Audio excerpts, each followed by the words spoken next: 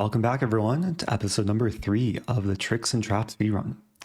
So before we get into the chess today, I do have to address something slightly unusual.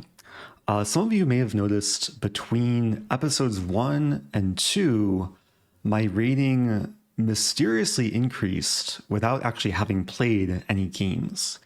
And I got a message from chess.com saying that I got a rating refund because one of my opponents violated the chess.com fair play policy.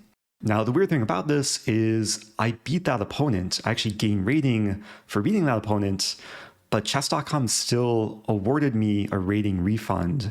Maybe it's some bug or maybe it's some weird edge case. I'm really not sure. I haven't had a chance to ask chess.com support, but I don't think it's a big deal, even if my rating is slightly increased artificially. I'm now at a cursed rating of 666, but hopefully it won't last for much longer, given that I'm about to play some games. So with all of that out of the way, let's hop into the first game for this episode. Okay, first opponent, playing Laclede Ave, 07, rated 667. Okay, so 1 point stronger than my current rating. And yeah, so far for this series, I've been sticking with an e4, e5 repertoire as black. White plays c4, which is probably already a mistake because it weakens this square. And yeah, this bishop is going to be the first one to pressure the f2 pawn. Ooh, white's going for a delayed wayward queen attack. So is attacking this pawn on e5. I'm just going to play knight c6, keep developing. And white doesn't have bishop c4 to threaten checkmate, so there's no risk of losing in 4 or 5 moves here. Let's develop with tempo, bring out the knight and attack the queen. And this is already looking very nice. I have 3 minor pieces developed. White had to move the queen again. Is attacking the pawn on g7. And I'm actually wondering here, maybe I can set up my first trap. I'm debating how tricky I want to be. I'm going to set up a trap here and play pawn d6, intentionally sacrificing the g7 pawn. Oh no, my pawn. The trap relies on kind of a tricky calculation, but the idea is if queen takes g7, I play rook g8. The queen has 1 safe square on h6, and then I'll have bishop takes f2, and if king takes f2, I have knight g4, the fork. So usually at this rating level, players don't think ahead that far. My opponent, I'm not sure if they saw the trap or maybe just want to retreat the queen. I think I'll leave the trap as is and just go for the threat of knight c2. Still leaving the pawn hanging. King d1. Okay, maybe I can go in with the other knight now. White has lost casting rights, and now f2 is attacked twice. My bishop supports the knight, and I do get this fork. Maybe I'll get the other fork too. If king e1, I can play knight c2. In this case, I win the queen. So life is already very, very good for Lac.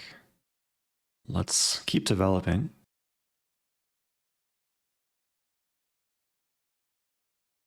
And I do want to show no mercy here.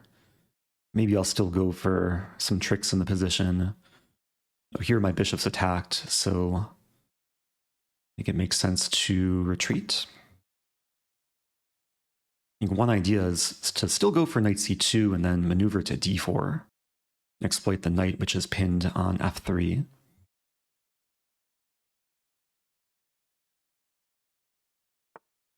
White plays h3. So if I play bishop h5, there's g4. I don't really want to get kicked around. So I'm going to take on f3 with the idea that now the knight is no longer covering h4. My queen can safely come in. And I'm threatening queen f2. which is very close to checkmate. King d1, there's either queen c2 or queen takes f3.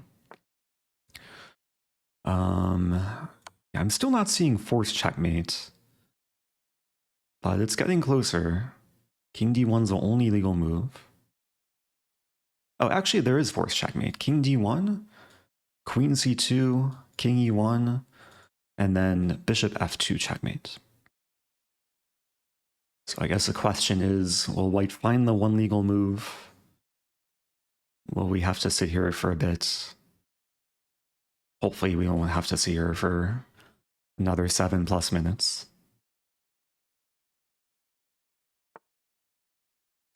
Yeah, queen c2.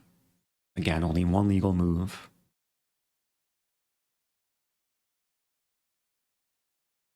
And I could pre-move. Actually, I can't. I haven't yet turned on pre-moves. Okay, bishop f2, GG. Yeah, tough game for white. Another example of punishing the opponent for bringing out their queen early. If you saw the last episode, you'll know that this Wayward queen opening is usually not the best. If black plays correctly, then black gains a lot of time chasing the queen around while developing the minor pieces. So let's keep it going. Up to 680. Playing a clam 1099. Reminds me of taxes. And we have the first Caro Kann of the speedrun. What do I want to play against the Caro Kann? I'm going to play knight f3. Usually I like to play the two knights attack, but there's a funny gambit that can arise after d3, allowing black to take the pawn on e4, which unfortunately my opponent doesn't do. My plan would have been knight g5. I think here I'll play e5. And I'm still going to try and gambit. If knight d7, I can play pawn e6.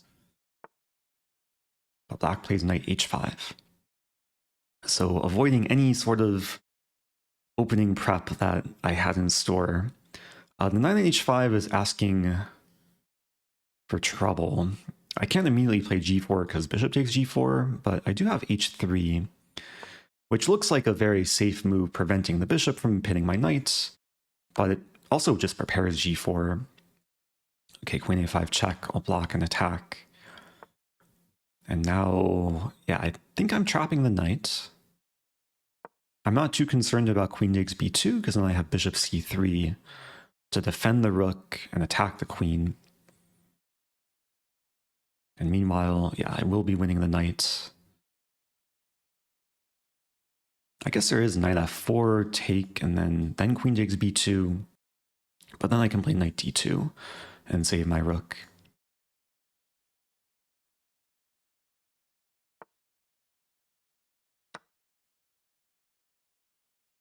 So I didn't manage to sacrifice any material in the opening, even though that was part of my opening plan.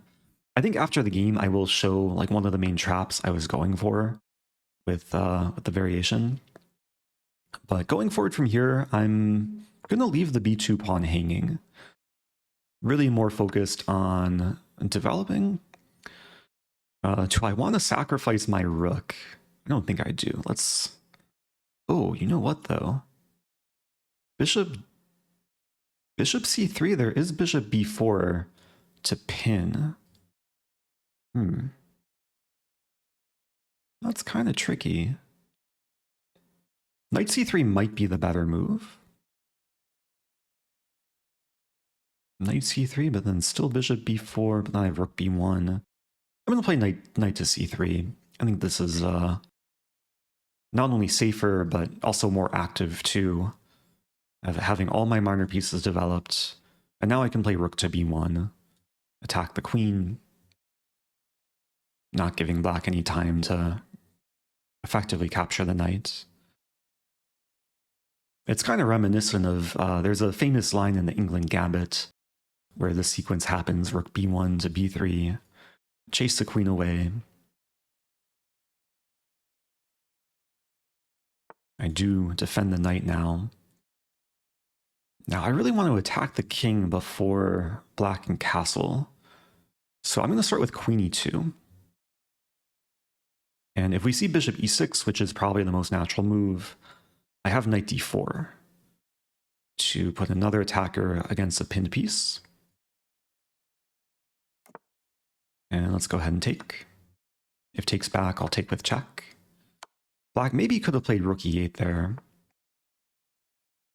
Now it's looking very good. Looking at ways to try and exploit the king side. It's not easy, though, to get another attacker to help out the queen. So, I mean, if I castle, there's pawn d4. And this is slightly annoying. I'm actually considering a3 here as maybe the trickiest move in the position. To attack the bishop. If takes, I take back, and then I attack the queen. And if bishop takes a3, then I'll have a discovery against the queen. Or, yeah, there's also potential to take the b7 pawn. B7 pawn does look nice. Now, I do have to be careful of my queen and king aligned on the open file, but rook e8 just blunders a rook. So black would have to have something supporting the square.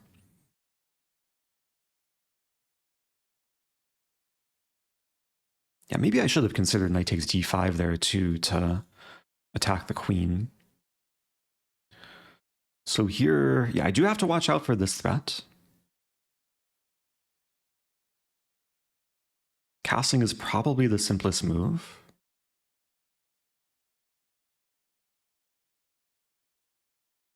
But again, this is a tricks and traps speedrun, and I think I'll go for a move that's a bit trickier.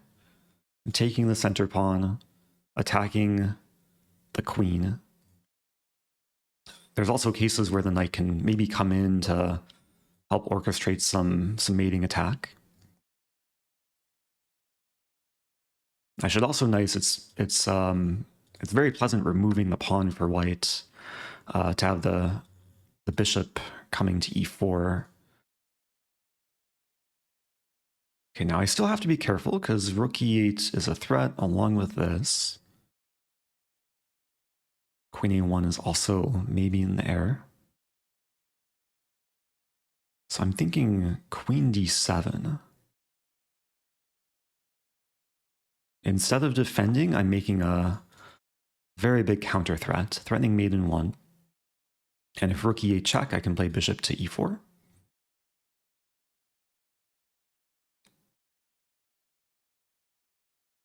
And this move could be disguised as just getting off the e-file.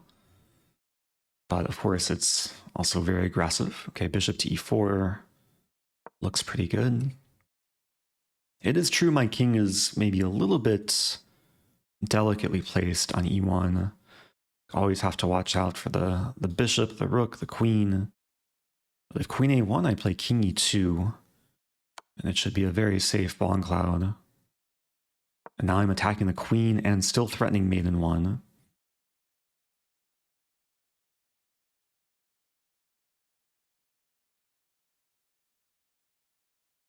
But a pretty chaotic position. Maybe one of the crazier positions I've had so far in this series. That's checkmate. GG. Definitely some things to show after this game.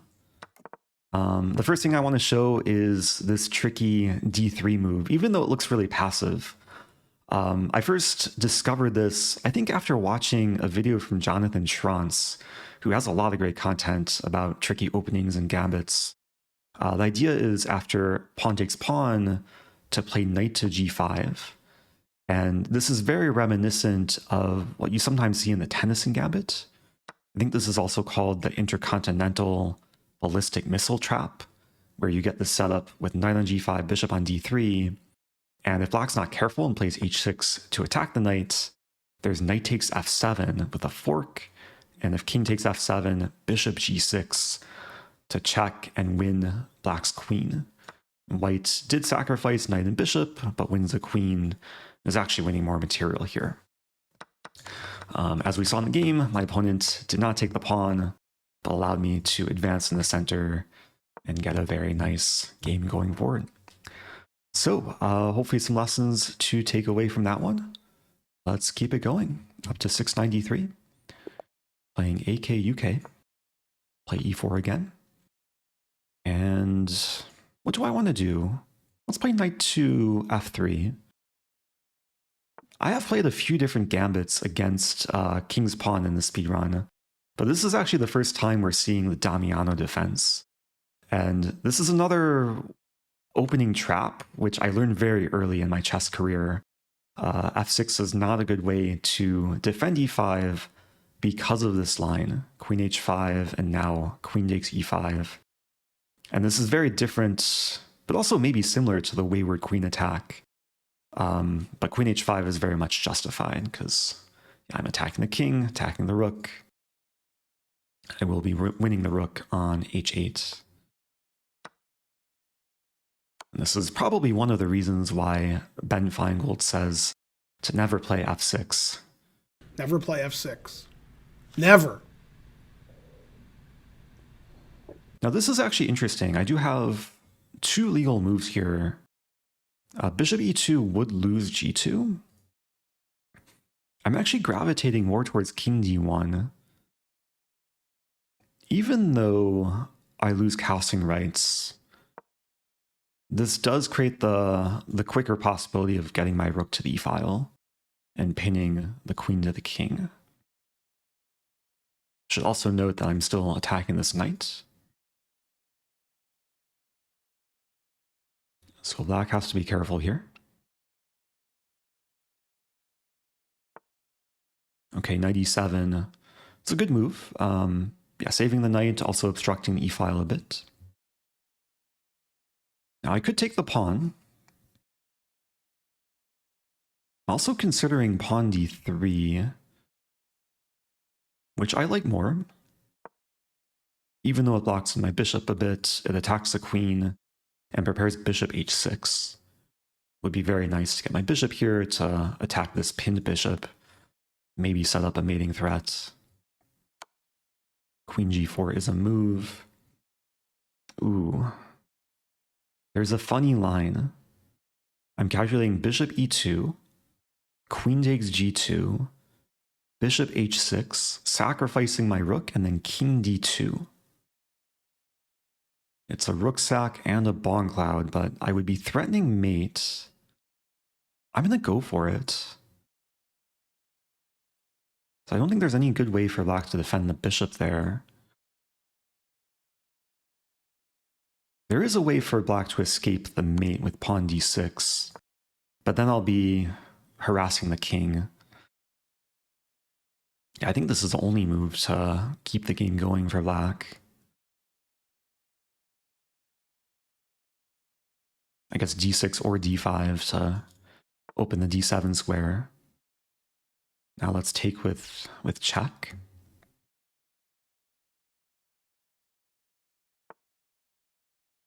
And bishop g4 looks nice. Keep attacking the king. Black can keep moving up. There's also knight f5 to block the check. I'm already thinking about sacrificing my other rook. Like develop my knight and get the knight into play. How to do this? It's probably worth calculating a little bit. I could take the knight and like take again, win the pawn in the process. Queen f7 also looks nice. As knight can't return. If king d8, it's checkmate. I'm going to start with queen f7.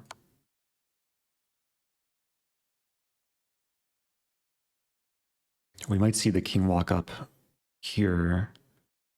I'm calculating king c6, and then I play knight c3, sacking the rook. And then it's made into queen takes d5 and queen b5 checkmate. Okay, here I have bishop f8. Yeah, let's keep attacking. Going deep into black's territory. We might also see king e5. And we do. Wow.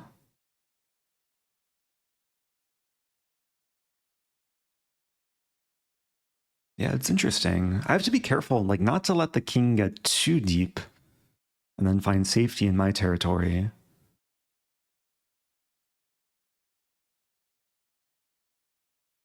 Maybe pawn d4. Yeah, positions like this, it's usually good to slow down and just consider the forcing moves and the forcing lines. Like, there's a lot of different checks here. Queen e8, pawn d4, pawn f4, bishop g7. Also, queen takes c7. Then king f6.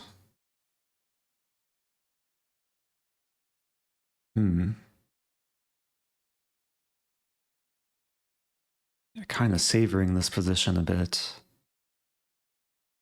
Again, I'm not seeing the force mate. d4, king f4. So maybe it's worth just winning material.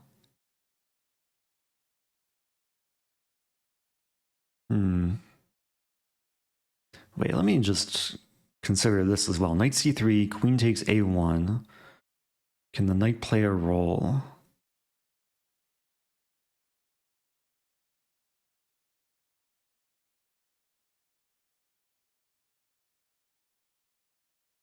Yeah, this knight is actually a surprisingly good defender next to the king.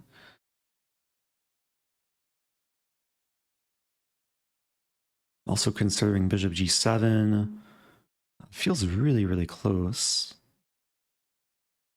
I don't want to burn all my time, though. I'm just going to take the pawn with check. This should be good enough. I attack the undefended bishop. My king is still very safe. Like, black's not immediately threatening any checks. And that's useful to acknowledge because I have time to take material if I want. So black can come back with the king. Yeah, king f6 was probably the best try. And now I'm thinking, yeah, just take the bishop. Although, okay, let's calculate knight c3. Oh no, my rook. I take on d5. King here. Then queen f4. That might be hard to resist.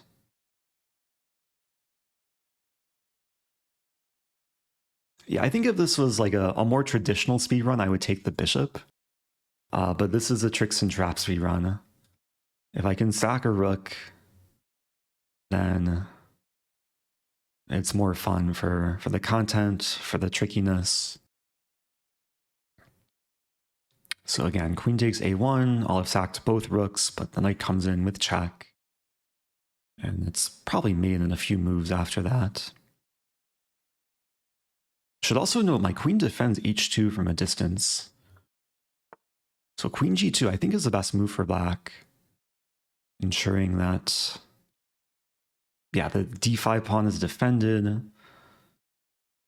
Now I actually have to be careful because queen takes f2 comes with check.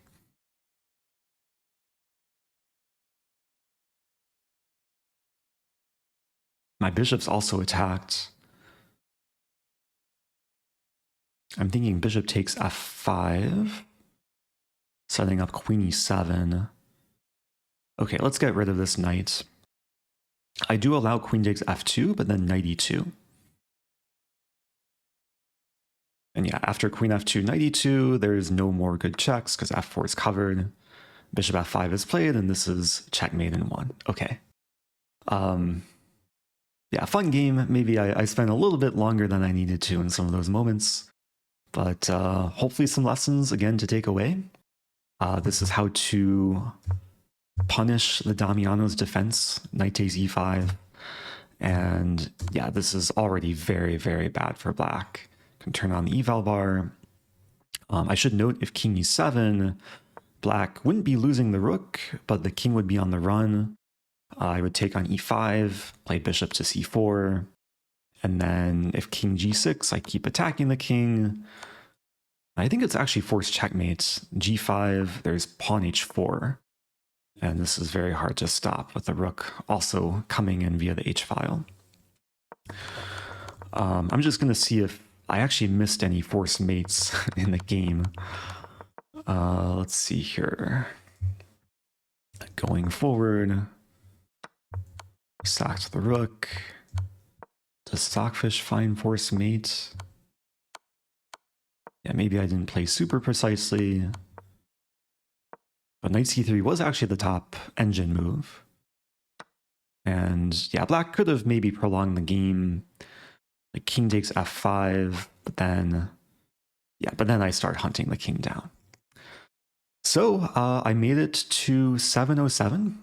I think this is a good time to pause. And yeah, I think we'll end it here. So thanks everyone for watching. If you like the content, be sure to hit like and subscribe. And I'll see you guys soon for the next episode. Stay tuned.